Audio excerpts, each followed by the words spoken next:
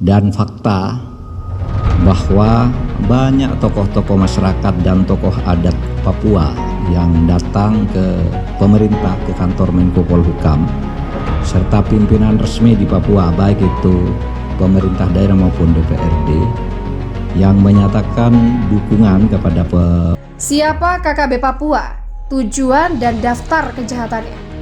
Saya perintahkan kepada seluruh anggota Satgas yang bertugas, lakukan terus pengejaran terhadap kelompok kriminal bersenjata yang ada di Papua. TPN ini sudah, kami TPN, ini dari Sorong sampai Sabelan, ini sudah TPN, disapit Bilolo, sisa-sisa Bilolo. Jadi kita perang terus sampai dunia kiamat. Kalau tidak kembalikan kedaulatan, kita perang terus sampai dunia kiamat.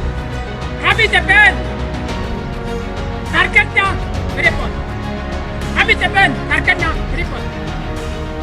menangani tindak-tindak kekerasan yang muncul belakangan ini di Papua. Sejalan dengan itu semua, dengan pernyataan-pernyataan mereka itu, maka pemerintah menganggap bahwa organisasi dan orang-orang di Papua yang melakukan kekerasan masif dikategorikan sebagai teroris. Bangunan pemukiman dengan pemekaran baru dengan jalan masuk bangunan.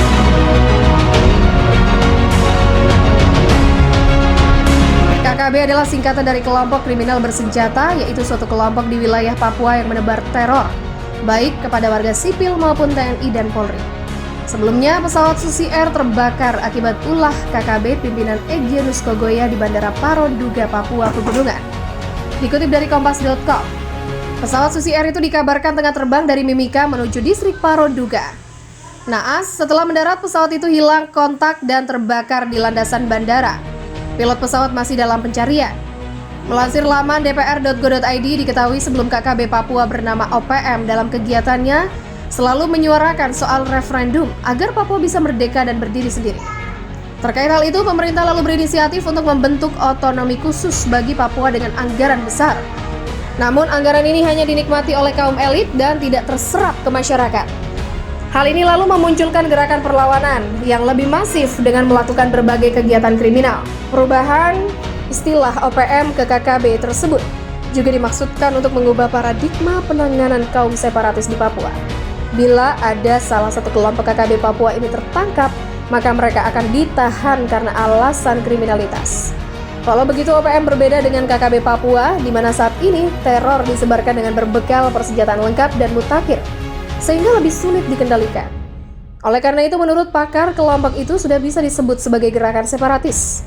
Kelompok KKB beraksi di kawasan pegunungan di Papua. Beberapa kabupaten yang hingga kini masih rawan dari aksi KKB Papua adalah Puncak, Yaukimo, Duga, dan Intan Jaya. Sementara ada 5 kelompok besar KKB Papua yang telah dipetakan dengan para pemimpinnya, yaitu Lekagat Telengge, Egyanus Kogoya, Codi Botak, Demianus Magayogi, dan Sabinus Weka. Dari kelima kelompok itu, 2 diantaranya disebut KKB paling berbahaya di Papua, yaitu Lekagat Telengge dan Egyanus Kogoya.